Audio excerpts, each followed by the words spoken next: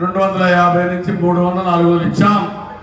మిగిలింది 3500 చదరపు అడుగులు రోడ్ల కోసం, అమరావతి నిర్మాణం కోసం ఉపయోగించే పరిస్థితి వచ్చాం.